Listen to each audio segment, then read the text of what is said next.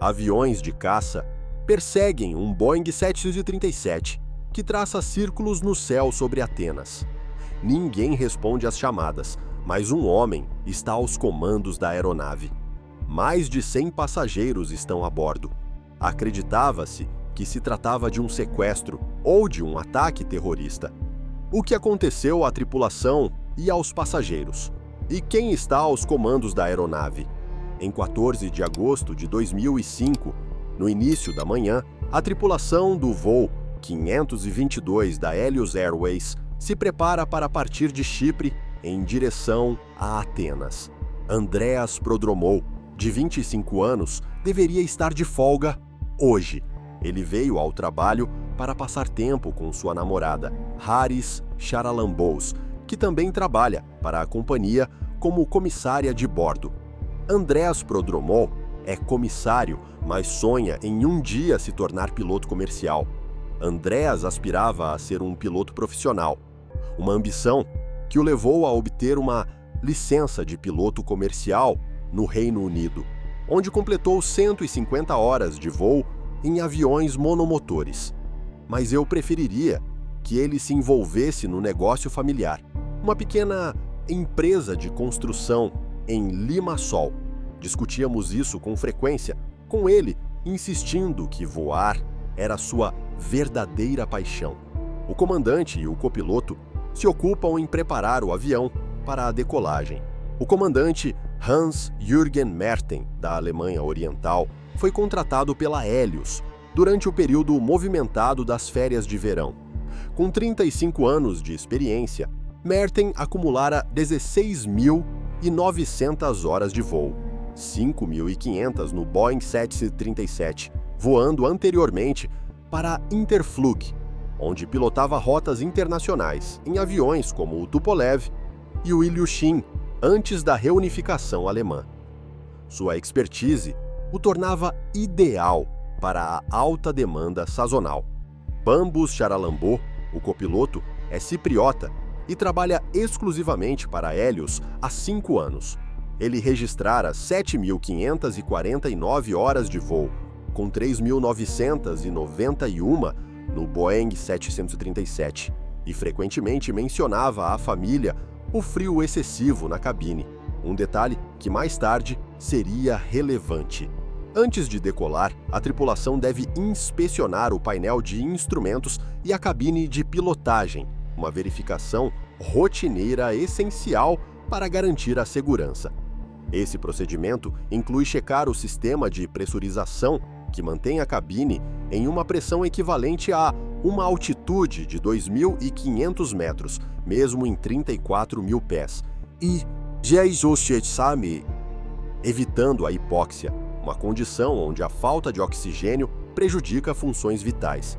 A Helios, uma companhia aérea de baixo custo, oferece voos baratos na Grécia. É fim de semana e os 115 passageiros a bordo, 93 adultos e 22 crianças, sendo 103 cipriotas e 12 gregos, são majoritariamente famílias, aproveitando as férias de verão, rumo a Praga via Atenas. A companhia mantém preços reduzidos ao eliminar serviços, como bebidas em voos curtos, uma estratégia para atrair viajantes econômicos. A Helios é uma escolha popular para quem controla gastos, especialmente em rotas de 1h30 como esta. Poucos minutos após as 9 horas, o voo 522 levanta voo sob um céu ensolarado. Controle de área, aqui é Helios 522, solicitando cruzeiro em 34.000 pés. Após a decolagem, o avião sobe em direção à altitude de cruzeiro. De repente, um alarme ressoa na cabine de pilotagem, surpreendendo os pilotos. O sistema de alarme de decolagem, projetado para soar no solo, se a aeronave não está configurada corretamente, como flaps ou trem de pouso mal ajustados, dispara inexplicavelmente em voo. A tripulação não compreende a causa, já que o som é idêntico ao de um alarme de pressurização, uma falha de design que confundiria a análise. Preocupado, o comandante Merten contata o centro de operações da Helios no aeroporto de Larnaca. em Chipre, buscando orientação. O alarme persiste quando um segundo problema emerge. O indicador de advertência principal acende, sugerindo superaquecimento em sistemas eletrônicos críticos, como os de resfriamento de equipamentos de navegação. Temos um Master Caution, engenheiro, Helios 522, só um minuto. Os pilotos e o engenheiro no solo trocam mensagens, mas a comunicação revela crescente confusão, com o comandante perguntando sobre ventiladores e disjuntores. Os passageiros permanecem alheios ao drama, enquanto os comissários de bordo seguem o protocolo, permanecendo sentados e colocando máscaras de oxigênio.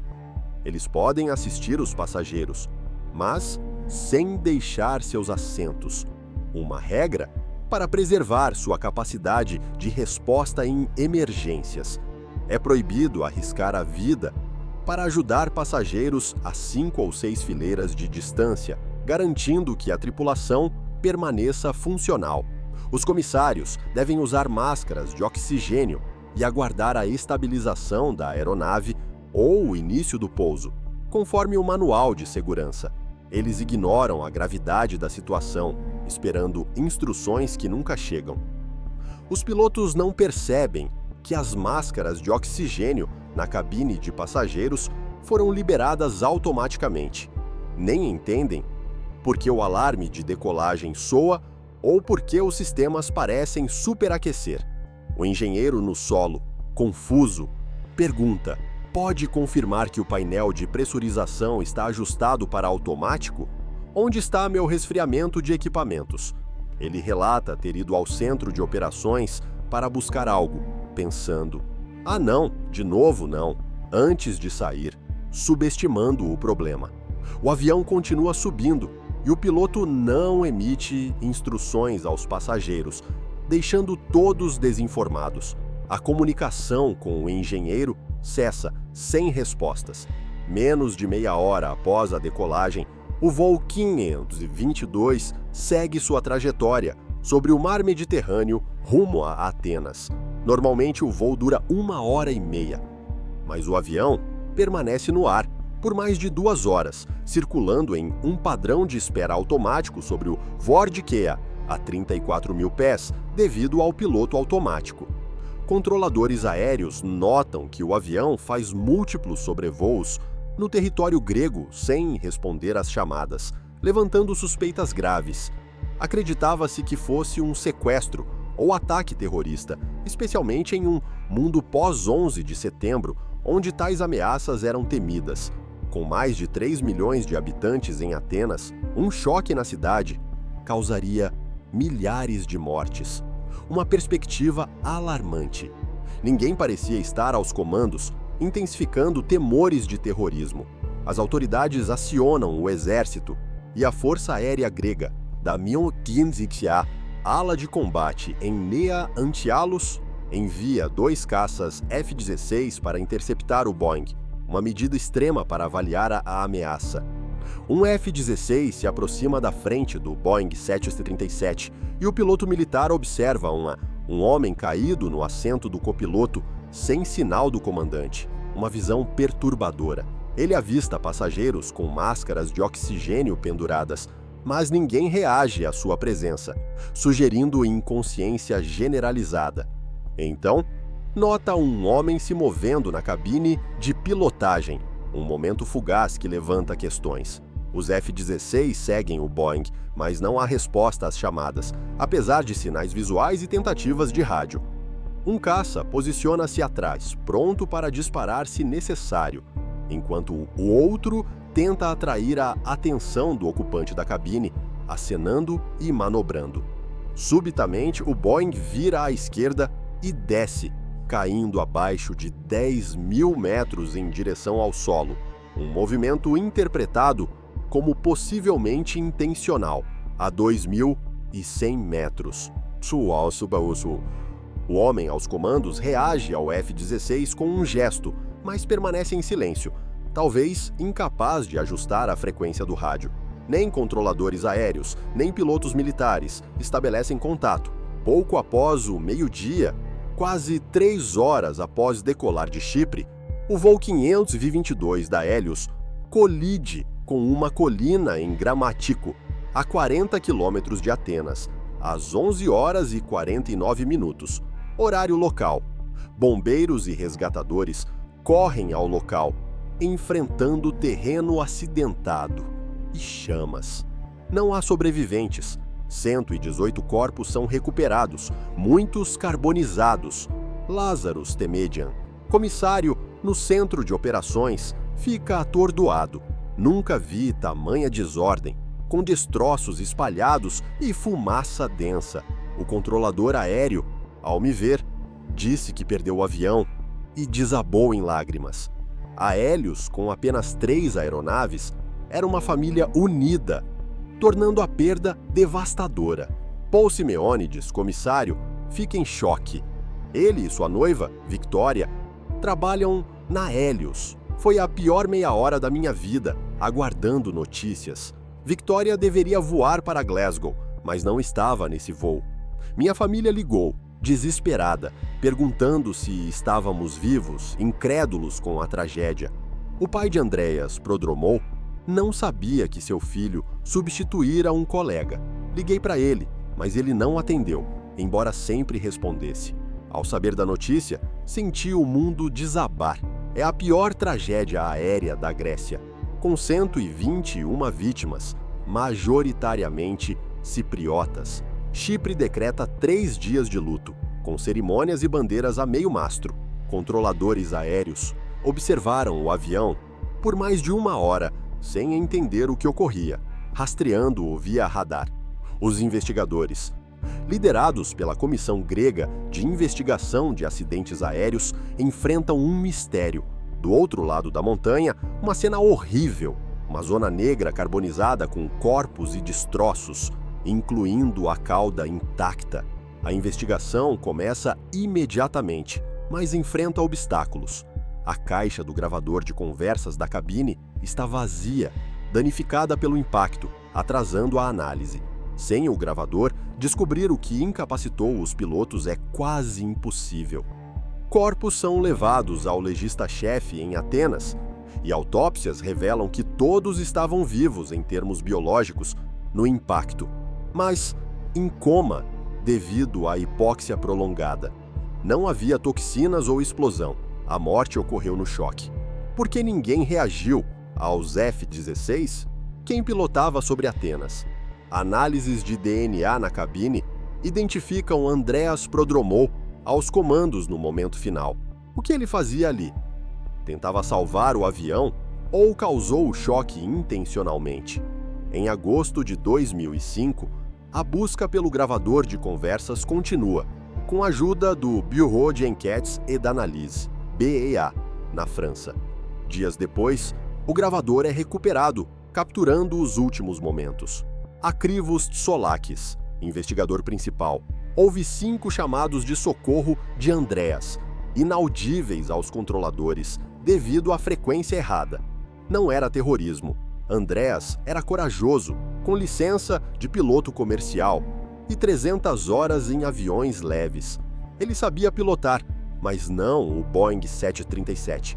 Quando avistado pelos F-16, o voo estava no ar há 3 horas, com o motor esquerdo sem combustível, causando a virada à esquerda. O gravador de dados e conversas confirma que o avião ficou sem combustível após 3 horas, contra 1h30 planejada. Por que voou tanto tempo? Tsolakis sabe quem pilotava e por que caiu, mas precisa de mais dados.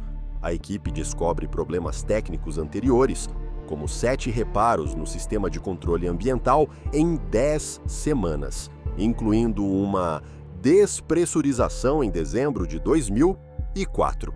Um engenheiro relata problemas na porta traseira após um voo de Londres, com gelo na maçareta, sugerindo falha na vedação.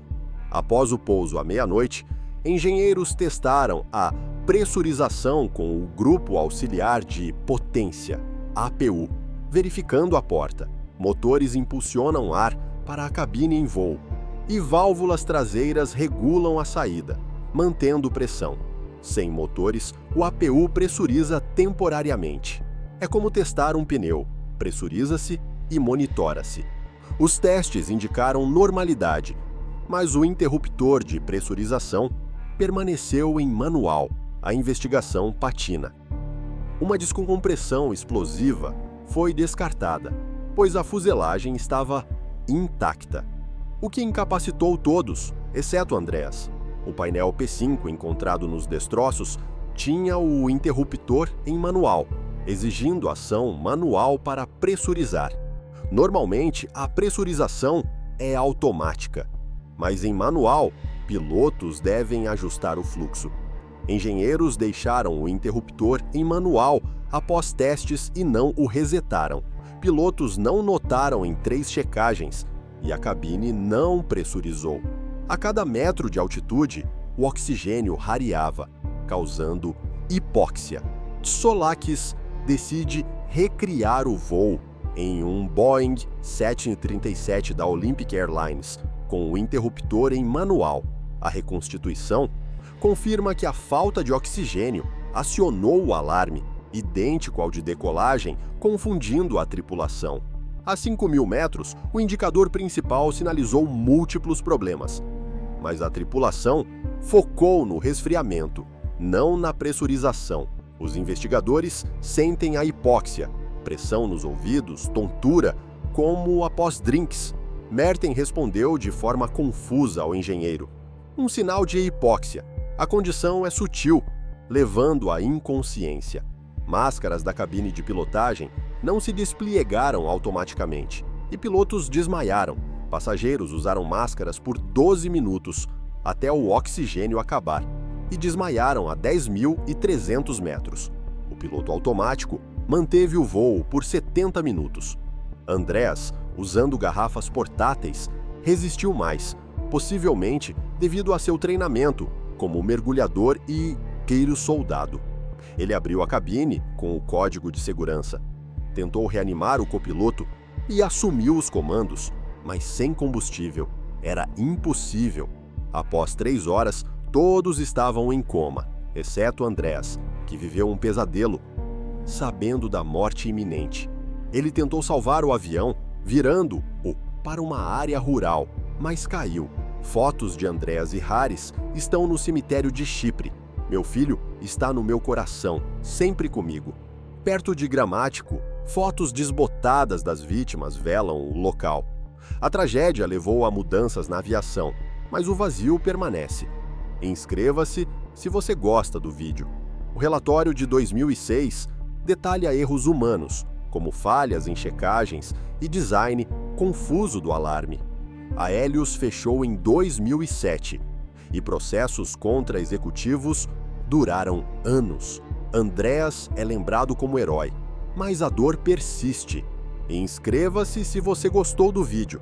Aviões de caça perseguem um Boeing 737 que traça círculos no céu sobre Atenas. Ninguém responde às chamadas, mas um homem está aos comandos da aeronave. Mais de 100 passageiros estão a bordo.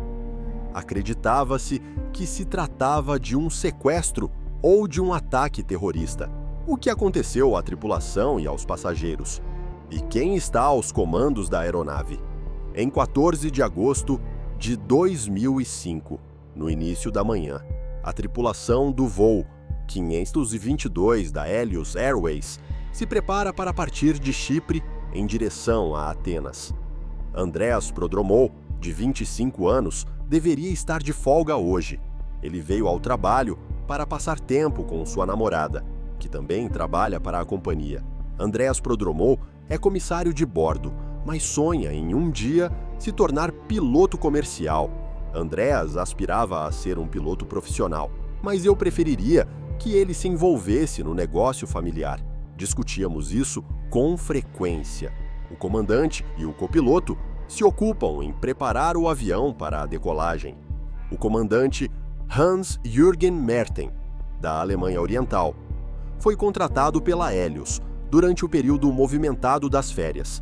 Ele tinha uma vasta experiência, com 35 anos de voo, acumulados principalmente na antiga companhia aérea da Alemanha Oriental, a Interflug, onde pilotou por mais de 2 décadas, totalizando 16.900 horas de voo, incluindo 5.500 no modelo Boeing 737, o que o tornava um profissional altamente qualificado para rotas de férias como essa.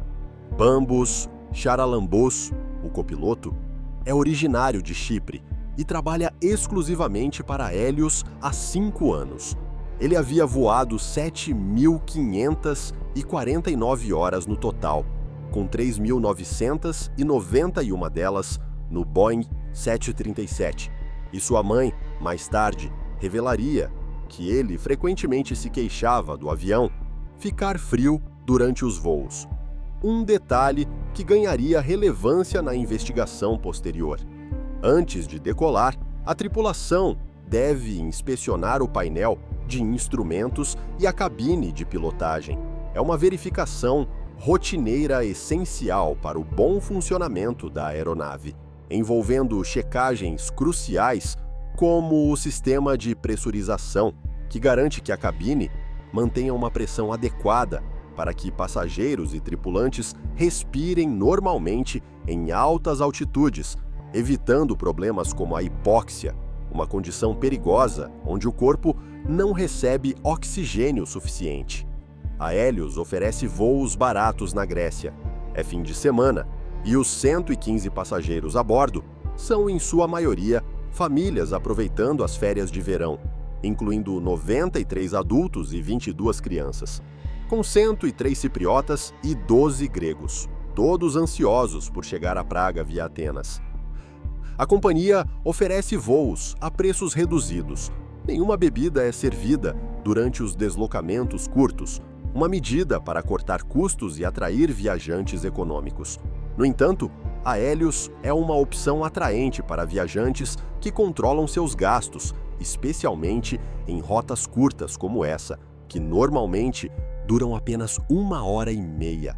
Poucos minutos após as 9 horas, o voo 522 levanta voo sob um céu ensolarado. Controle de área, aqui é Helios 522, solicitando cruzeiro em 34.000 pés. Poucos minutos após a decolagem, o avião ainda sobe até sua altitude de cruzeiro. Um sinal de alarme soa de repente na cabine de pilotagem. Os pilotos ficam perplexos. O sistema de alarme de decolagem normalmente soa no solo para alertá-los de que a aeronave não está pronta para decolar, como se flaps ou trem de pouso não estivessem configurados corretamente. A tripulação não entende por que ele soa agora, em pleno voo, e isso os deixa inquietos, pois alarmes assim podem indicar falhas graves, embora, neste caso, fosse um som idêntico ao de outro problema, o que complicaria a identificação.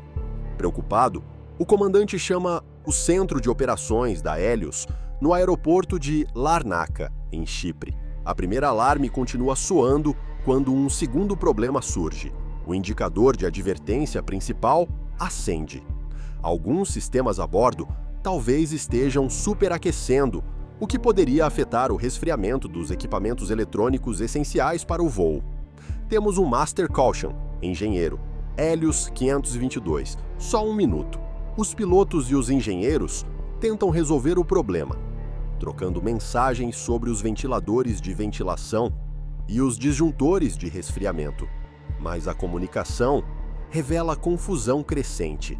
Os passageiros ignoram o que está acontecendo até que, de acordo com o procedimento, os comissários de bordo devem permanecer sentados e colocar suas máscaras de oxigênio. Eles podem ajudar os passageiros, mas sem nunca deixar seus assentos, uma regra estrita para preservar a segurança da tripulação em emergências. É proibido arriscar a vida para auxiliar os passageiros, que estão todos a 5 ou 6 fileiras de seus assentos, priorizando a capacidade de resposta da equipe. Os comissários de bordo devem colocar suas máscaras de oxigênio e esperar que a aeronave se estabilize ou inicie o pouso, um protocolo projetado para situações de despressurização. onde o oxigênio rarefeito pode causar perda de consciência rápida. Os comissários de bordo ignoram o que está acontecendo. Eles aguardam as instruções do piloto, que nunca chegam, aumentando a tensão na cabine. Os pilotos não sabem que as máscaras de oxigênio na cabine foram liberadas, nem porque o alarme de decolagem soa e porque os sistemas superaquecem. Mas o engenheiro no solo não compreende a situação, perguntando sobre o painel de pressurização, mas recebendo respostas desconexas do comandante, que já mostrava sinais iniciais de confusão devido à falta de oxigênio. Pode confirmar que o painel de pressurização está ajustado para automático?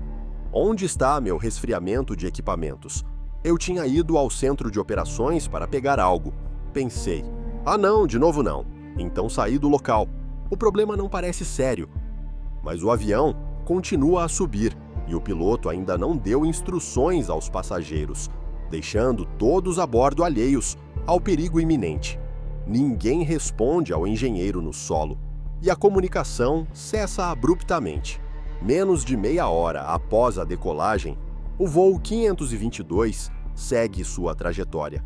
O avião sobrevoa o mar Mediterrâneo em direção a Atenas. O voo para a Grécia dura habitualmente 1h30, mas o avião agora está no ar há mais de 2 horas e faz vários sobrevoos sobre Atenas, circulando em um padrão de espera automático programado no piloto automático, que mantém a altitude em 34 mil pés. Disseram-nos que um avião fazia vários sobrevoos sobre o território grego e que os pilotos não respondiam às chamadas, o que levou as autoridades a considerar hipóteses graves. Acreditava-se que se tratava de um sequestro de avião ou de um ataque terrorista, especialmente em um contexto pós-11 de setembro, onde ameaças aéreas eram levadas a sério. Mais de 3 milhões de pessoas vivem em Atenas. Se um avião se chocasse ali, o número de mortos seria alto, potencialmente causando uma tragédia urbana de proporções devastadoras. Ninguém estava aos comandos da aeronave. Podia ser um sequestro de avião ou um ataque terrorista. As autoridades, então, recorreram ao exército, ativando protocolos de defesa aérea. As forças aéreas gregas enviam 2 aviões de caça F-16 da primeira ala de combate, baseados em Nea Anchialos, para interceptar a aeronave da Hélios, uma medida extrema, reservada para situações de ameaça potencial. Um dos aviões se aproxima da frente do Boeing. Um homem está caído no assento do copiloto e não há sinal do comandante, o que os pilotos militares notam imediatamente como anormal. O piloto avista os passageiros, mas nenhum deles reage à sua presença, sugerindo que algo terrivelmente errado ocorria na cabine, com máscaras de oxigênio penduradas e rostos imóveis.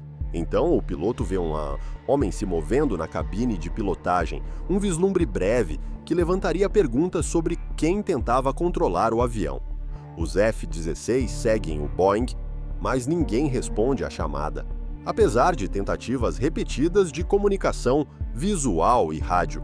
Um dos F-16 estava atrás do Boeing 737, pronto para disparar se necessário, uma ordem que felizmente não foi dada. O outro se posicionava perto da cabine de pilotagem e tentava atrair a atenção do homem a bordo, acenando e fazendo manobras para sinalizar. De repente, o Boeing 737 vira para a esquerda e desce. O avião desce abaixo de sua altitude de cruzeiro de 10 mil metros em direção ao solo, um movimento que os caças interpretam como possivelmente intencional.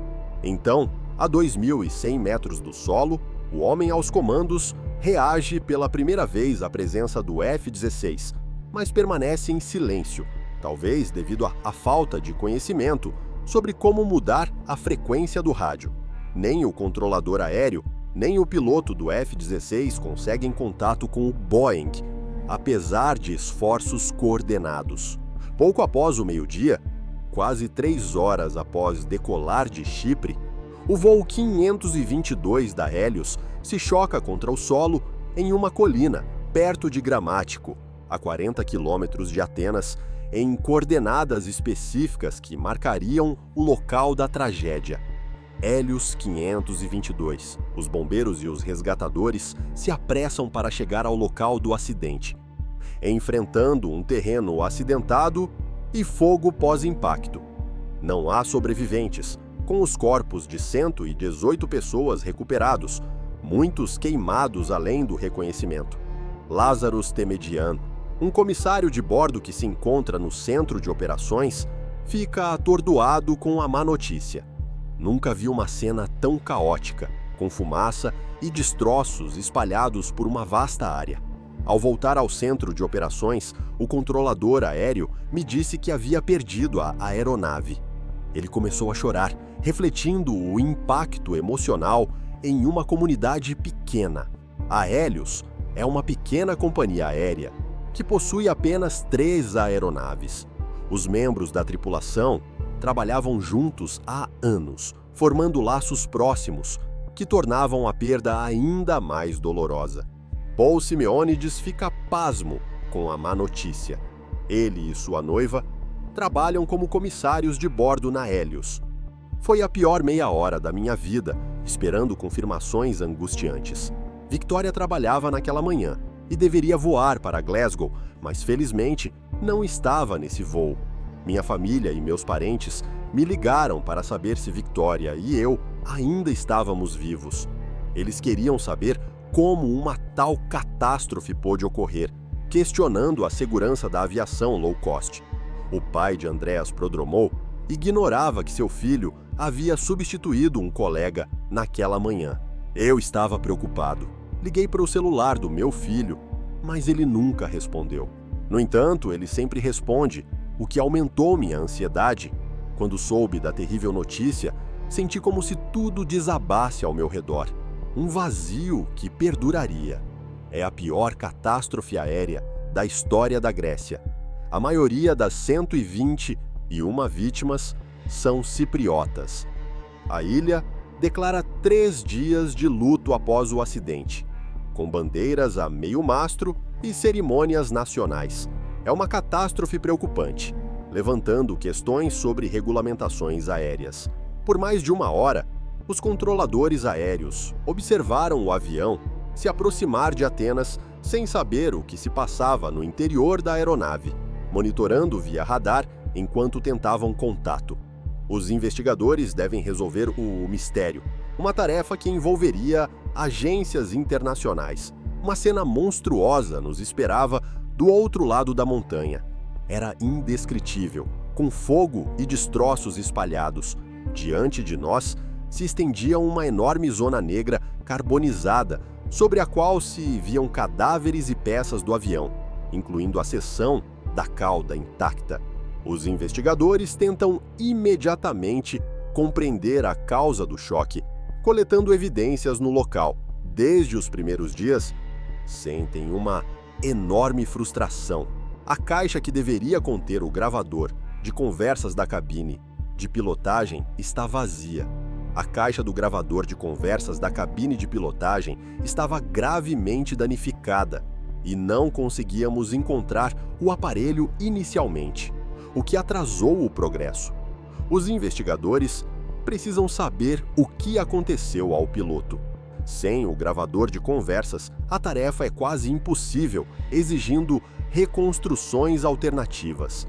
Os corpos recuperados no local do acidente são encaminhados ao escritório do legista-chefe de Atenas. As autópsias só engrossam o mistério, revelando que todos tinham função cardíaca no impacto, mas estavam em comas profundos devido à exposição prolongada à hipóxia. Todos os passageiros e membros da tripulação estavam vivos no momento do impacto, em termos biológicos. No momento do drama, acreditava-se que os passageiros haviam morrido antes do impacto, mas não era o caso. Eles não sofreram os efeitos de uma substância tóxica, nem de uma explosão a bordo da aeronave. Essas pessoas morreram no choque, mas em estado de inconsciência irreversível. Mas se os passageiros ainda estavam vivos, por que não reagiram à presença do F-16 e quem estava aos comandos da aeronave enquanto sobrevoava Atenas?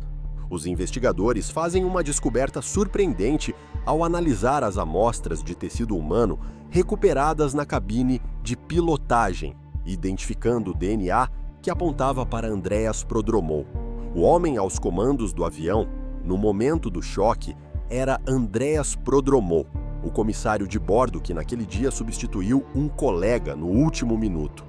O que ele fazia na cabine de pilotagem? Tentava salvar a aeronave ou se chocou deliberadamente?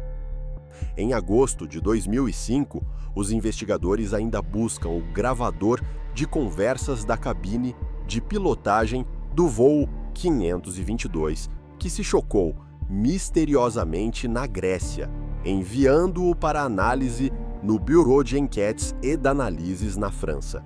Antes que o avião se chocasse, o comissário de bordo, Andreas Prodromou, assumiu os comandos da aeronave, mas os investigadores ignoram por que inicialmente. Alguns dias após encontrar a caixa do gravador de conversas, os investigadores finalmente põem as mãos no gravador propriamente dito, que captura os últimos momentos. Quando o investigador principal, Akrivos Tissolakis, escuta os últimos momentos do voo, obtém uma pista importante, incluindo ruídos de digitação no teclado de acesso. Não se tratava de um ataque terrorista. Andreas Prodromou lançou um chamado de socorro, registrado 5 vezes no gravador, embora fraco e não transmitido. Ao contrário do controlador aéreo, o investigador ouve os chamados de socorro na gravação.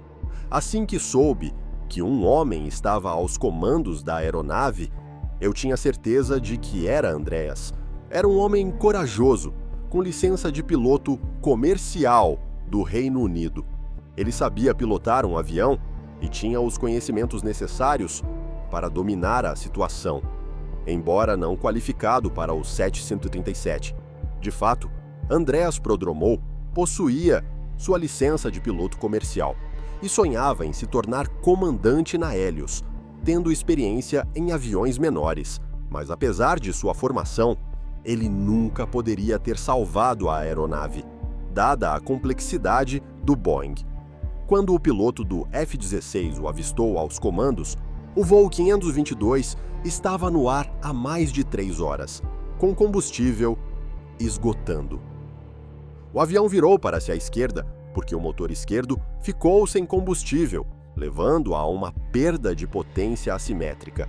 Qualquer que fosse a causa do alarme, a causa do choque é inegável. O gravador digital de dados de voo e o gravador de conversas da cabine de pilotagem demonstram sem dúvida que o avião ficou sem combustível após voar além do planejado. O voo 522 deveria durar 1 hora e 30 minutos. O avião não continha combustível suficiente para um voo de mais de 3 horas, calculado para a rota direta mais reserva. Mas por que permaneceu no ar por tanto tempo? O investigador Tissolakis sabe quem estava aos comandos da aeronave e por que ela se chocou, mas precisa de mais informações para encerrar a investigação, incluindo análise de problemas prévios. Sua equipe descobre que o Boeing da Hélios sofreu vários problemas técnicos que poderiam explicar a catástrofe, como 7 reparos no sistema de controle ambiental nas 10 semanas anteriores. Um engenheiro da Hélios revela que no mesmo dia, a porta traseira da aeronave lhe causou problemas. O avião pousou em Chipre após a meia-noite de 14 de agosto, vindo de Londres Heathrow. A tripulação havia ouvido ruídos fortes e visto gelo na maçaneta da porta de serviço traseira durante o voo, possivelmente devido a uma vedação congelada. O avião deveria decolar novamente algumas horas depois. Pouco após o pouso, os engenheiros fazem algumas verificações, incluindo testes de pressurização, para garantir que a junta de vedação da porta está em bom estado, usando o grupo auxiliar de potência. Eles realizam testes de pressurização para s'assurer que o joint d'étanchéité de Laporte est en bon état. Durante um voo, os motores do avião impulsionam ar para a cabine, mantendo a pressão equivalente a uma altitude baixa. Para garantir que o oxigênio circule adequadamente, pequenas válvulas na traseira da aeronave permitem que o ar escape, regulando o fluxo. Uma cabine pressurizada tem as mesmas propriedades que um recipiente pressurizado. Ela permite aos passageiros e à tripulação sobreviver em altitude muito elevada, onde a pressão atmosférica é baixa demais para a respiração normal. Sem os motores, o engenheiro usa o grupo auxiliar de potência para introduzir oxigênio na aeronave, pressurizando assim a cabine por alguns minutos, simulando condições de voo. É como procurar uma fuga em um pneu. Pressurizamos o avião e depois monitoramos o nível de pressão.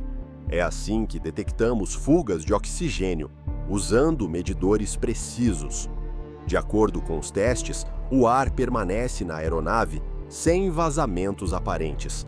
Após completar os testes, os especialistas julgaram que tudo estava normal. O avião parece em bom estado, pronto para o próximo voo. Após aplicar algumas outros procedimentos de manutenção rotineira, os engenheiros registram seus resultados no livro técnico da aeronave, mas omitem resetar o interruptor. A investigação patina inicialmente. Uma descompressão explosiva poderia ter causado a catástrofe, mas não há evidências. Se o oxigênio tivesse escapado da aeronave, os passageiros teriam desmaiado rapidamente. Mas os engenheiros fizeram sua verificação e os pilotos dos F-16 não constataram nenhum dano no Boeing, como furos ou rupturas. A fuselagem parecia em bom estado, intacta visualmente. Os investigadores lutam para resolver o mistério. O que poderia ter derrubado os passageiros e a tripulação a bordo do voo 522? E por que um dos comissários de bordo não foi afetado? Um simples interruptor fornecerá a chave do enigma, o painel P5 deixado em manual. Os investigadores se concentram na conversa entre o comandante e o engenheiro da Hélios, pouco após a decolagem. A 3.700 metros de altitude, um alarme soou na cabine de pilotagem. Em condições normais, o sistema de alarme de decolagem só deveria soar quando o avião está na pista, alertando para a configuração inadequada. E de acordo com as análises dos destroços da aeronave, os flaps, o trem de pouso e os outros sistemas que poderiam ativá-lo estavam todos em bom estado, eliminando falhas mecânicas nesses componentes. Por que então soou? O investigador Akrivos Tsolakis examina um pequeno painel de comando descoberto entre os destroços do avião. Um achado crucial. Por sorte, descobrimos esse painel de comando. Um dos interruptores estava no modo manual, uma posição que exigia ação manual para pressurizar. O painel de pressurização P5 serve para fornecer um suprimento adequado de oxigênio aos passageiros, independentemente da altitude da aeronave, regulando o fluxo de ar dos motores. Habitualmente, a pressurização ocorre automaticamente quando os motores introduzem ar na cabine enquanto o avião sobe, um processo invisível, mas vital. Mas quando o interruptor está no modo manual, o piloto e seu copiloto devem garantir o suprimento de oxigênio com a ajuda de um regulador ajustando manualmente. O investigador Tsolakis aprende que os engenheiros no solo colocaram o regulador de pressão no modo manual durante sua verificação rotineira, para testar sem ligar os motores principais. Isso lhes permitiu verificar a pressão dentro da cabine com o grupo auxiliar de potência sem ligar a aeronave, uma prática padrão. Mas quando terminaram sua verificação, nunca recolocaram o regulador no modo automático, um erro humano simples, mas fatal. Para pressurizar a cabine, os engenheiros colocaram o regulador no modo manual. Eles deveriam tê-lo recolocado no modo automático após a verificação. como exigido pelo manual. Algumas horas depois, quando o piloto e o copiloto se instalaram em seus postos, o regulador ainda estava no modo manual, mas os dois homens nunca notaram, falhando em 3 checagens: pré-voo, após partida e após decolagem. A pressurização da cabine não se realizou automaticamente. Quanto mais o avião subia, mais raro se tornava o oxigênio na cabine, levando a uma despressurização gradual. Ao esquecer de colocar o regulador no modo automático, o engenheiro colocou todos a bordo em perigo, iniciando uma cadeia de eventos. Tsoulakis acredita que o painel de comando é a chave do mistério. Os outros problemas enfrentados pelos membros da tripulação poderiam estar ligados ao interruptor deixado no modo manual, incluindo o superaquecimento percebido. Para prová-lo, ele toma uma decisão incomum e bastante arriscada, recriando o voo. 4 meses após o choque do voo 522 da Helios, os investigadores tentam uma experiência insólita. O investigador Akrivos Tsoulakis empreende a mesma viagem a bordo de um Boeing 737 da Olympic Airlines, equipado com instrumentos de monitoramento. Se suas suspeitas forem fundadas, esse Boeing reagirá da mesma forma que a aeronave da Helios, confirmando a teoria. As reconstituições são importantes para compreender catástrofes de tal magnitude, fornecendo dados reais. Claro, custa muito caro empreender um voo de 3 ou 4 horas a bordo de um Boeing 737, mas é necessário para a precisão. O investigador Tsoulakis pede ao piloto para colocar o regulador de pressão no modo manual. Um indicador verde mostra que está no modo manual, mas este é mal visível através do brilho do sol matinal, um fator contributivo para o erro. O Boeing 737 sobe e o oxigênio se torna cada vez mais raro na aeronave. A mesma coisa ocorreu a bordo do voo 522, ativando assim o sinal de alarme. O alarme soou e os pilotos o identificaram mal, porque é quase impossível que a cabine não se pressurize na decolagem. Isso ocorre muito raramente, mas o som idêntico ao alarme de configuração de decolagem confundiu todos. Tsoulakis confirma que a falta de oxigênio ativou o sinal de alarme, mas descobre também que o som é idêntico ao sinal do sistema de alarme de decolagem, uma falha de design criticada pela Boeing. Mesmo se a tripulação identificou mal o primeiro alarme, ainda tinha uma chance de identificar o problema. A 5.000 metros, o indicador de advertência principal acendeu e permaneceu aceso por quase 1 minuto, sinalizando múltiplos issues. Mas mais uma vez, a tripulação identificou mal a causa do sinal de alarme, focando no resfriamento em vez da pressurização.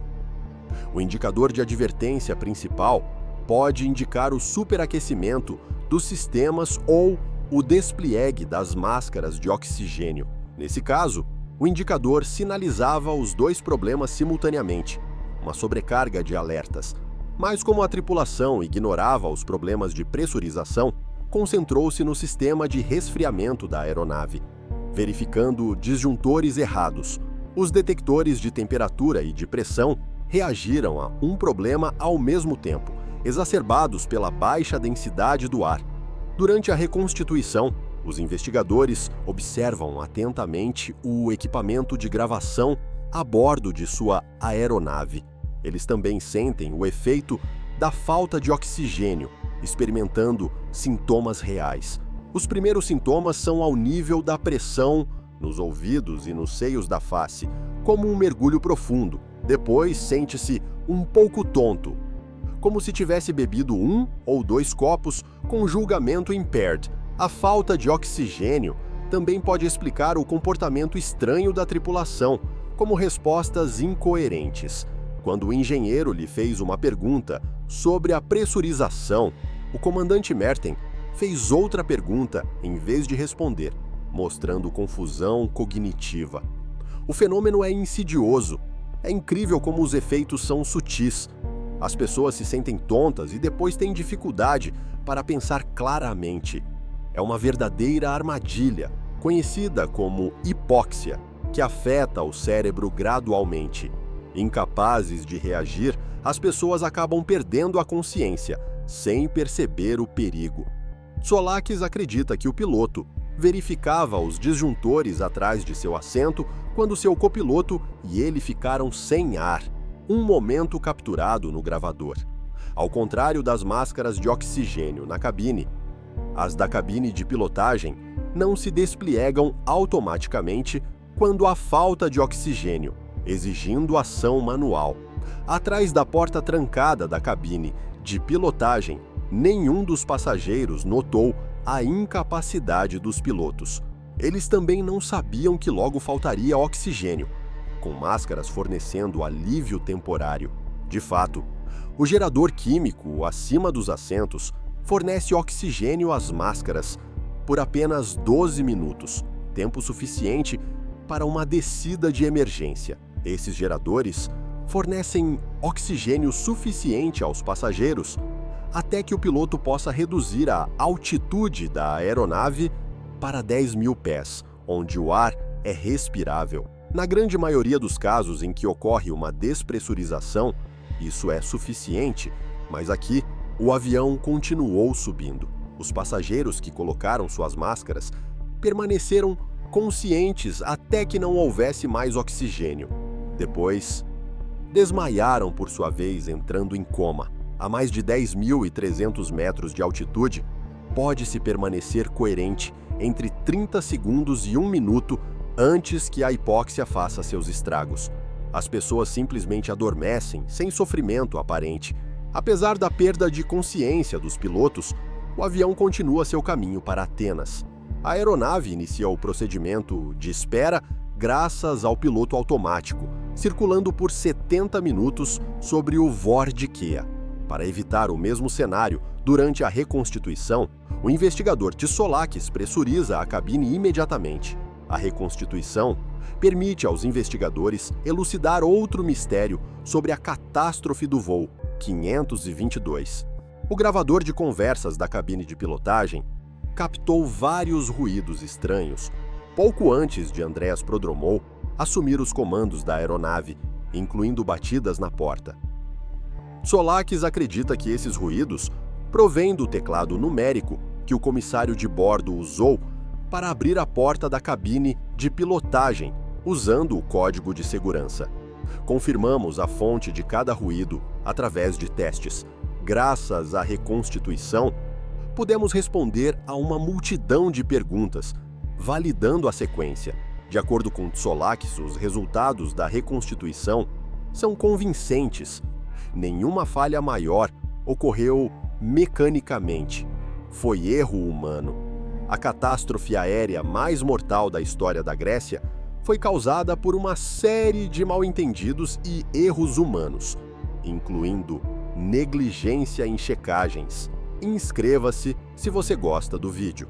15 meses após a tragédia, as autoridades gregas publicam o relatório oficial da investigação, datado de 4 de outubro de 2006, mas ainda restam várias perguntas.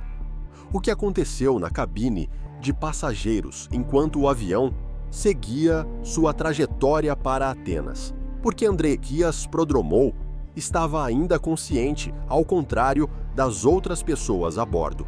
O choque do voo 522 da Hélios é a pior catástrofe aérea da história da Grécia.